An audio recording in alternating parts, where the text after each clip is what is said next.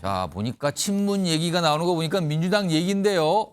정체불명의 여론조사로 지금 민주당이 발칵하고 있습니다. 이 여론조사는요, 공통점이 있는데 이른바 친문 인사로 꼽히는 현역 의원을 아예 배제합니다. 여론조사에서. 당연히 반발이 나오죠. 일단 어떤 여론조사, 대표적으로 두 가지 여론조사만 좀 소개해 드릴게요. 지금 곳곳에서 이런 여론조사가 진행 중이라는데 여기 보시면 일단 인천 부평 을 후보 경쟁력 조사라는 여론조사가 최근에 주말 동안 실시가 됐다 그래요. 근데 여기에는요, 현역 의원인 홍영표 의원, 친문 또는 비명으로 꼽히는데 현역 의원은 아예 그 여론조사에서 항목에서 제외가 됐어요. 안 불러주는 겁니다, 여론조사 때는. 그리고 다른 2명을 놓고 어떻게 생각하냐고 조사하는 겁니다. 현역이 빠졌어요, 중진이. 다음 하나 더 보죠. 서울 구로가 후보 경쟁력 조사인데 여기도 이인영 의원이 현역 의원이거든요. 근데 여기서 또 빠졌어요. 다른 인물과 경쟁 후보를 놓고 조사를 하는 겁니다. 그러면 이거는 현역 의원을 뺀 건데요. 근데 그 현역 의원들의 공통점은 친문으로 꼽히셨던 분들 또는 비명으로 꼽히셨던 중진 의원들이에요.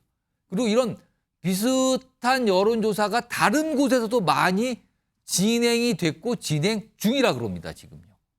자, 이와 관련해서 최근에 민주당의 공천과 관련해서 강하게 반발하고 계신 분 있죠? 오늘도 기자회견했습니다. 들어보시죠. 전혀 맨 하위에 있는 후보가 어떻게 해서 맨 위로 그것도 20%포인트 이상 차이가 나게 그렇게 나왔을까. 8년 내내 제 보좌관을 한 사람인데 이재명 대표의 최측근이라고 하는 정아무개 씨의 절친입니다. 그런 밑작업을 경기도 팀에서 한다면 공당에서 용납이 될 수 있는 행위인가. 제가 뭐 실명은 얘기 안 해도 여러분들이 다 짐작을 하실 테니까 저는 그 정아무개 씨도 성남 시절부터 잘 알고요. 정기란 교수님, 우선 이 후보 경쟁력 조사라는 거잖아요. 어떤 지역에 출마할 예비 후보 등등등 대상으로. 그런데 그러면서 현역 의원을 제외한 경쟁력 여론조사. 이거 어떻게 봐야 되는 겁니까, 이거는? 먼저 좀 그 정리를 할 필요가 있는 게 예. 정체불명의 여론조사라는 표현은 맞지는 않습니다. 아, 그렇습니까? 이것은 당에서 실시하고 있는 비공개 여론조사라는 표현이 정확하게 맞을 겁니다. 근데 당에서는 지도부가 모른다고 얘기하고 있어요. 당은 이제 사실관계를 확인시켜주지 않는 거죠. 모른다. 이게 비공개 자료이기 때문에. 그렇게 이 당에서 대응을 잘해야 되는 건데 제가 왜 단정적으로 이렇게 말씀을 드리냐면 예. 이건 여야 할 것 없이 이런 비공개 여론조사는 다 하고 있습니다. 예. 자, 그래서 왜 그러냐? 자, 오늘 현재 벌써 민주당은 영입 인사가 25 영입 인사가 발표됐습니다. 그럼 이 25명의 영입 인사는 어딘가에 지역구가 자리가 나야 됩니다. 영입을 했으니까. 영입을 했기 때문에 이 사람들을 공천을 하려고 영입한 예. 거 아니겠어요? 예. 이 당의 어떤 혁신 공천의 상징으로 영입을 했는데 근데 대부분 이분들이 지역구 경선을 통해서 공천이라는 관문을 뚫기는 대단히 어렵습니다. 그동안 한 게 없잖아요. 예. 근데 지역에서 4년 동안 8년 동안 몸담은 사람이 많지 않습니까? 그러다 보니까 그분들을 위해서 단도직입적으로 이렇게 단순화시켜서 얘기하면 25개의 지역구를 비워야 됩니다. 그다음에 현역 의원 컷오프를 통해서라도 또 그 숫자를 확보해야 됩니다. 그러니까 비공개로 조사를 해보는 당연히 거다. 비공개로 조사를 할 수밖에 없습니다. 그런데 그러면 누가 들어가야 예. 상대 후보를 이길 수 있는지. 그런데 여기에 현역 의원을 그것도 친문으로 꼽히시는 분들이 많이 있는 현역으로 꼽히시는 분들을 제외해서 조사하는 건 뭡니까? 자, 그 친문은 일단 배제 대상이 될 가능성이 높다고 봐야 되겠죠. 그렇다면 컷오프 대상 컷오프 가능성이 있다는- 높아 보인다는 거예요. 그다음에 하위 20%에 포함됐을 가능성이 높아 보입니다. 이런 것들이 전제가 돼서 조사를 하는 겁니다. 그렇기 때문에 거기 여론조사에 본인 이름이 빠진 현역 의원들이 반발할 수밖에 없는 겁니다. 자, 그래서 이것은 철저하게 비공개 참고 자료로만 활용되는 것이 그동안 당의 관행이었습니다. 다 알려줬잖아요, 지금.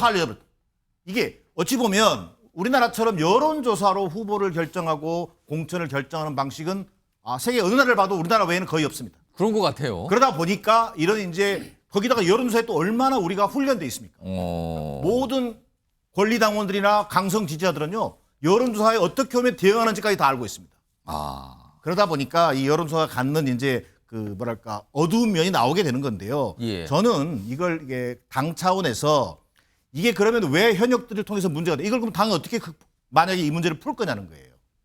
자, 당장에요. 저는 당에서 지금 대응을 잘못하고 또 생각합니다. 일단은 이 전체적인 이 당에서 이 여론조사가 비공개로 실시되고 있다는 걸 확인하고 이것은 공천 심사 자료의 참고 자료라고 하는 것을 좀 분명히 할 필요가 있다.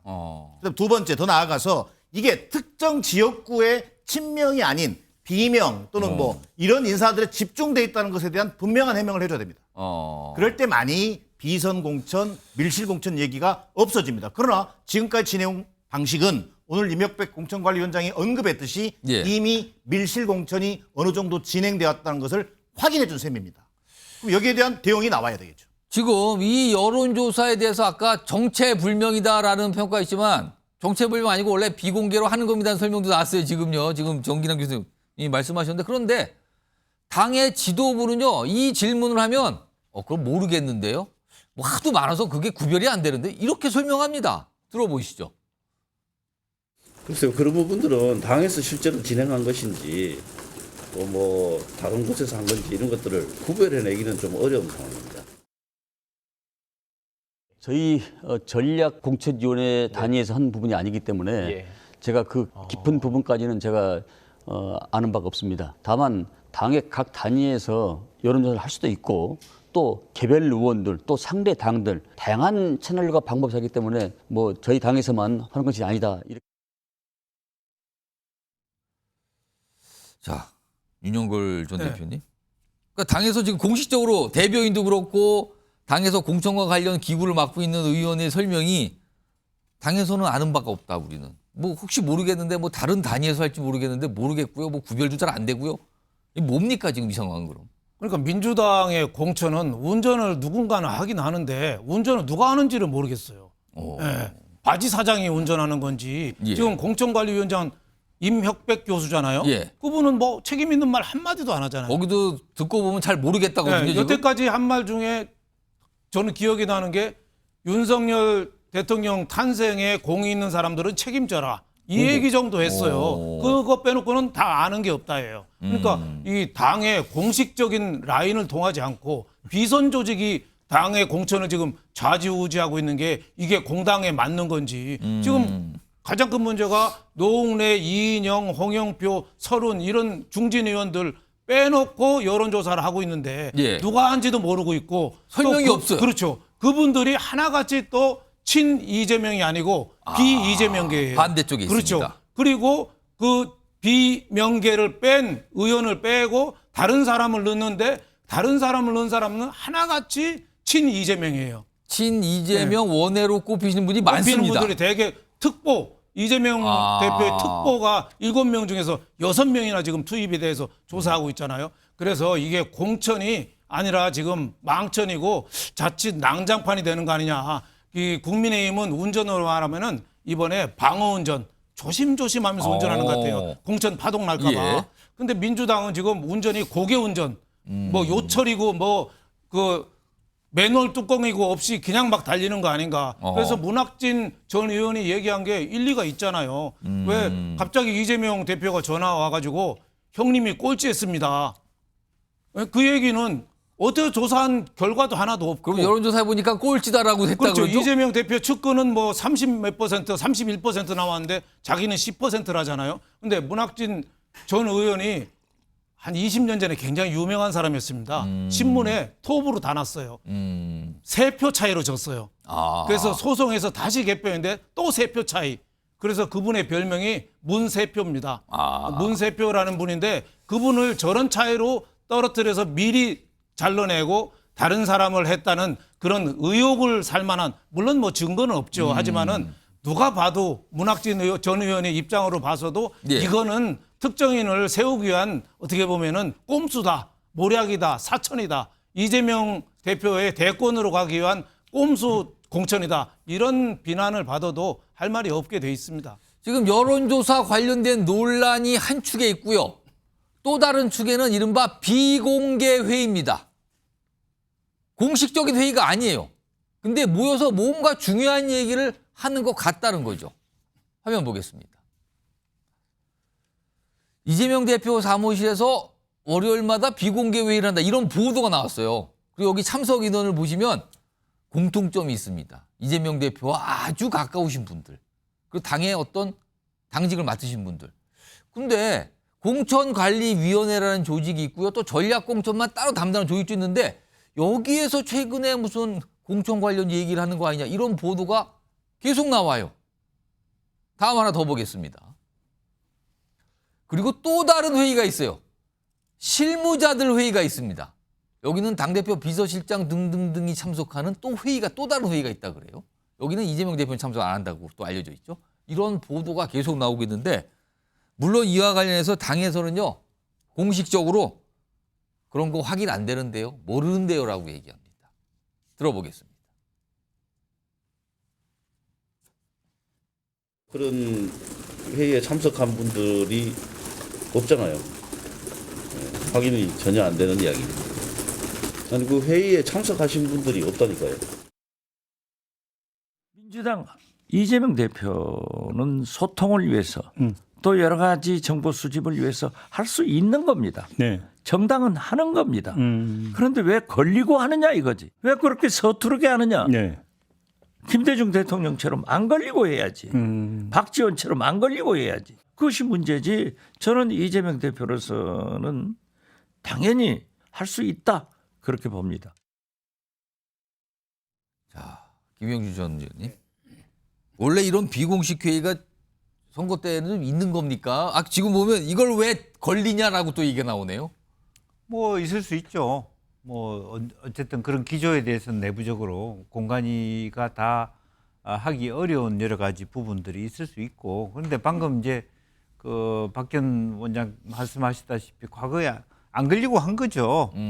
그것 자체가 그럼 이번에 걸린 거예요, 그러면은? 걸린 거죠. 저렇게 뭐 저것도 뭐 부정하고 있으니까 걸린 건지 안 걸린지 모르겠습니다만 지금 확인 안 된다고만 설명하고 잡음이 있어요. 이렇게 나온 것 자체, 뭐 818호 이야기 나온 것 자체, 또 혹은 아직 뭐 본인들도 부인하고 있습니다만은 특히 당직을 안 맡는 사람이 들어가 있다라고 하는 것 자체가 굉장히 문제가 있는.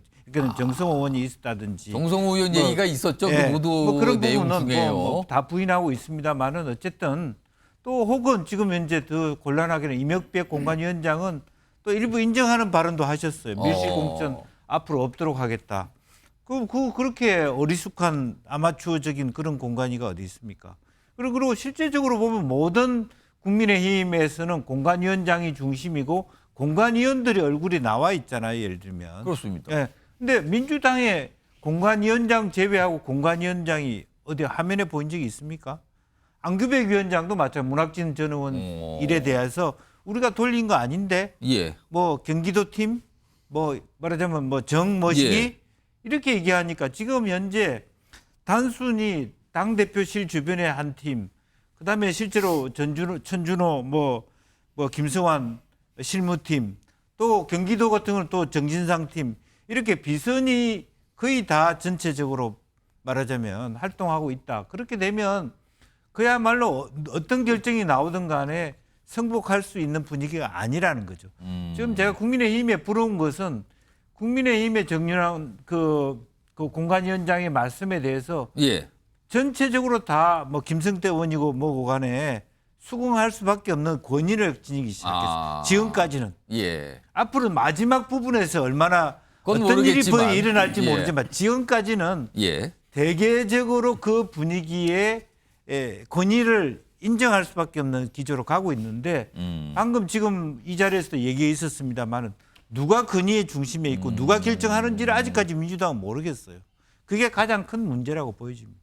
그래서 그런지 뭐 공천 얘기하면 이재명 대표만 쳐다보시는 분들이 민주당 안팎에 있다 이런 얘기가 들리는데 이 주제와 관련해서 사실 국민의힘에서 좀 비판하고 있거든요. 국민의힘은 상대적으로 조용히 공천이 진행되니까 나오는 말이고요. 그리고 오늘 민주당에서 탈당 선언을 하신 분이 있어요. 이 목소리 좀 들어보겠습니다. 최근 민주당은 전화 컷오프, 밀실회의 등 무리만 시스템 공천으로 당내 민주주의의 실종을 여실히 드러내고 있습니다. 태생부터 잘못된 선거제를 고집하더니 우리 민주주의와 선거를 어디까지 혼탁하게 만들지 걱정입니다. 저는 이제 민주당을 떠나려고 합니다. 저는 친명도 아니고 반명도 아닙니다. 하지만 그런 저를 반명으로 낙인 찍었고 이번 공천에서 떨어뜨리기 위한 명분으로 평가 점수가 만들어졌다고 판단합니다. 지금의 민주당은 이재명 대표 사당으로 전락했습니다. 자, 이렇게 반발하고 오늘 탈당 선언까지 했어요. 국회 부의장. 민주당 몫의 국회 부의장을 하셨고 4선 의원인 김영주 의원까지 오늘 탈당한다고 했어요. 본인이 컷오프 했는데 이거 이상하다. 못 받으린다. 뭐 이런 분위기죠. 공천과 관련해서. 자, 이런 가운데 지금 속보가 들어왔는데요. 앞서 말씀드렸죠. 개혁신당 관련해서 지금 상황이 심상치 않다 그랬는데요. 그와 관련된 지금 속보가 들어왔다 그러는데요. 그 내용 좀 보겠습니다. 자, 김종민 의원 반발 계속하고 있는데요. 이런 얘기 나오는데요. 이준석 합당 파기 기회로 보고 밀어붙이고 있다. 파기 얘기가 나왔어요. 아까 사당화, 쿠데타, 그다음에 친이 이런 말까지 나왔는데 결국에는 합당 파기란 말까지 나왔는데 이준석 대표가 합당 파기 기회로 보고 지금 밀어붙이고 있는 모습이다라고 김종민 의원이 얘기를 꺼내놨습니다. 다음 거 보겠습니다. 다음 속보부죠. 자, 김종민, 이준석 정치할 자격 없다.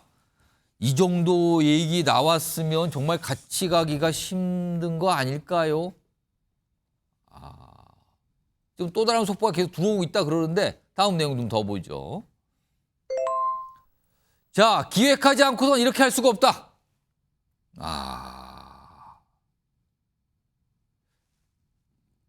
지금 뭐 이쯤 되면요. 이거 일단 김철영 교수님. 이거 이쯤 되면 뭐 넘어간 겁니까, 선을? 뭐 거의 뭐 결별 수순에 왔다고 봐야 되죠. 왜냐하면 그 이낙연 대표가 지금 이준석 주도하는 개혁신당에서는 이제 더 이상 할 일이 없는 거거든요. 그래서 약간 모양새는 빠지긴 하지만 이낙연의 길을 가야 되는 거거든요.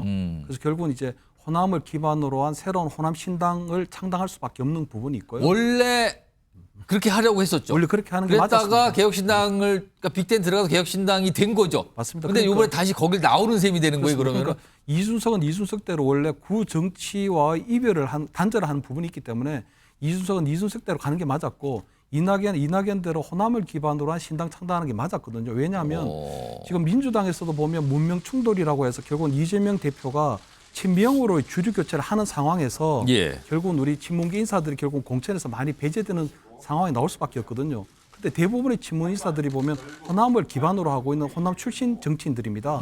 결국은 어떻게 보면은 그 이재명의 어떤 공천하는 파동을 보면서 호남 민심도 굉장히 흔들릴 가능성이 커 보이거든요. 그렇다면은 제가 볼 때는 그 이낙연의 신당이 결국은 그 민주당에서 탈당하는 의원들을 받아서 결국 호남에서 해야 되는 부분이 있고요.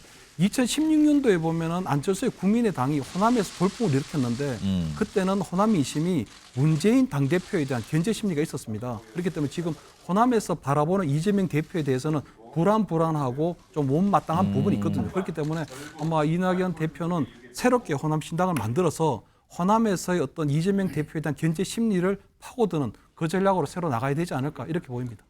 이렇게 되면 아직은 뭐 최종 마무리는 아니지만 지금 말하는 거 보면 이거는 뭐 다시 분리가 되는 것 같단 말이에요, 지금요. 정기랑 교수님.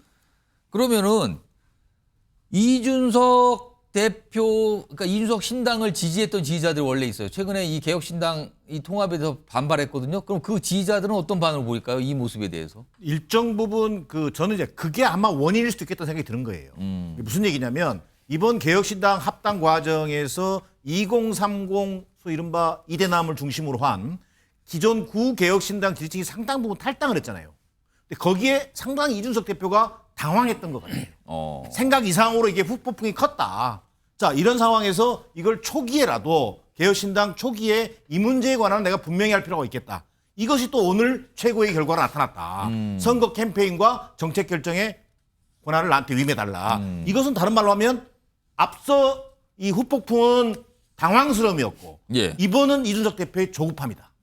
이걸 빨리 내가 마무리를 지어야 되겠다. 그래서 개혁신당 앞서 제가 말씀드렸습니다만 이준석 신당이다 라고 하는 걸 분명히 하겠다라고 하는 그 조급함이 오늘 갈등의 도화선이 된 걸로 보여지고요. 그렇다면 불가피하게 예. 떨어져 나가는 부분이 있다면 예. 또 한편으로는 2030 지지층을 중심으로 일부 또 복원되는 부분도 있을 수는 있겠다.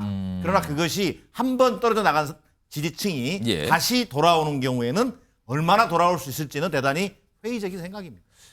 요거 마지막으로 그러면은 만약에 분리가 돼요. 새로운 미래가 다시 분리가 된단 말입니다. 그러면 아무래도 호남을 기반으로 할 거 아닙니까? 그럼 호남 유권자분들은 그 새로운 미래를 어떻게 보는 겁니까? 현재 시점에서도 새로운 미래, 이른바 이낙연 대표를 중심으로 한 개혁신당 그 정파에 예. 대한 기대감은 대단히 낮습니다. 그리고 호남 정치를 배신했다라고 하는 일종의 배신 이 배신감 예. 이게 상당히 강하게 지금 짓누르고 있습니다. 예. 그다음에 이것을 돌파할 만한 이낙연 대표의 어떤 그 정확한 목표, 예. 메시지의 정확한 방향이 안 보입니다. 그다음에 그것을 대신해 줄 수 있는 인물들이 안 보입니다. 예. 이러다 보니 호남에서조차 사실 동력을 이어가기에는 현재로서는 대단히 어려운 상황으로 보여집니다. 자, 지금 상황에서 김종민 의원이 국회에서 뭔가 좀 설명을 추가를 하고 있다는데 잠시 들어보겠습니다. 그때 통합 재검토 선언을 하겠다라고 저한테 얘기를 했어요. 새로운 미래 오늘 정당 등록했다는 보도 나왔는데요. 네. 이게 이미 이제 갈라서겠다라는 표시로 볼 수 있지 않을까? 그거는 선관위에서 결정을 한 거라 우리가 뭐 지금 있는 이 통합 상황하고 전혀 관계가 없고요. 지금 저희가 그 정당 인증 절차를 등록 절차를 마친 거가 오늘 회의에 의해서 결정된 거이지 뭐 지금 이 상황하고 전혀 관계는 없습니다. 오늘 최고회 끝나고 이 상황에 대해서 이원우 전 의원님과 상황에 대해서 공유를 하신 게 이원우 의원하고는 통화를 한번 했습니다. 이원우 의원은 이제 이 통합을 깨면 안 된다라고 말씀을 하시는데 제가 보기에는 이 통합은 우리가 깨는 게 아니고 지금 이준석 대표가 이 통합을 깨는 이제 이 행동들을 하고 있는 거라서 그 행동을 멈춰야 이 통합이 유지될 수 있다 이렇게 말씀드렸습니다. 파국이라고 하면 되겠습니까? 네? 파국이라고 통합 파국이고. 몰라요. 그건 뭐 표현은 제가 관여할 건 아니고 하여간 통합을 깨기 위한 기획, 통합 파기를 위한 기획이 지금 이루어지고 있다라고 하는 사실관계만 제가 말씀드리겠습니다. 근데 이게 극적으로 신당이 협의가 됐는데 네? 정말 극적으로 네. 신당 합의가 된 거에 따랐는데 단순히 계속 신당의 이슈 하나 때문에 이기까지 왔다고 보기 어렵고 사실상 어떤 대권주자 이낙연 대표님에 대한 생각차가 있다고 볼 수 있고 그거인지는 모르겠고요. 하여간 결론적으로 얘기하면 통합은 했는데 그러니까 함께 하자고 통합을 해놓고 그냥 흡수 통합으로 내가 하자는 대로 하자. 딱 요것 때문에 여기까지 온 겁니다. 그러니까 통합을 하자고 해서 같이 협력해서 하자고 통합한 거 아니에요? 그래서 같이 협력하기 위해서 공동대표도 하자, 총괄선대위원장 하자 그랬는데 이걸 다 지금 달라는 거 아니에요. 그래서 그건 어렵다 그랬더니 그걸 강제로 뺏는 거예요. 그리고 선거운동은 이준석, 공천은 김종인, 전권위임을 무슨 예를 들어 홍보 역할, 무슨 뭐 디자인 정권, 협상 정권 이건 가능하지만 정당의 선거 관련된 모든 일체, 공천 관련된 모든 일체를 정권임을 한다는 게 이게 기본적으로 정상적인 겁니까? 근데 이거를 이제 계속 주장한다는 거는 자, 들어보니까 일단 뭔가 서로 강을 건넌 것 같긴 하죠. 조금 아직은 뭔가 확정적으로 단정적으로 말씀드릴 수는 없지만 분위기 상태는 확실히 서로 강을 넘어간 것 같아요. 한번 기다려보도록 하고요. 자, 지금 시각 보니까요. 오후 6시 31분 지금 지나고 있습니다. 여러분께서는 대한민국 시사중심 MBN 뉴스와이드 지금 보고 계신데요. 이 와중에 또 속보가 들어왔는데 이건 국민의힘 공천 관련 내용이군요. 발표가 있었습니다. 자, 13개 선거구 단수 후보자 확정했습니다. 그럼 내용 좀 더 보죠. 속보로요. 속보 좀 내용 좀 더 보겠습니다. 자, 서울 종로구 최재영, 중구 성동갑의 윤희숙, 관악을 이성심. 아, 뭔가 단수 공천 결정이 됐네요. 속보가 좀 더 있으면 하나 더 보죠. 당수 공천 내용입니다. 지금 보시면은 부산 쪽으로 나왔는데요. 뭐 박수영, 김대식 등등등 당수 공천 내용이 속보로 들어왔습니다. 다음 하나 더 보겠습니다. 자, 공관이 서울 중구 성동을 이혜훈, 이영, 하태경. 아, 여기는 조율이 안 된다는데 결국 경선으로 가는 거군요. 이 세 인물에 대해서는. 아, 요것도 굉장히 주목받는데 결국에는 경선 결정이 됐습니다. 요 내용이 좀 들어와 있고요. 울산 남구 김기현 박명호 경선 역시 경선 결정이 됐습니다. 요 정도 보겠습니다.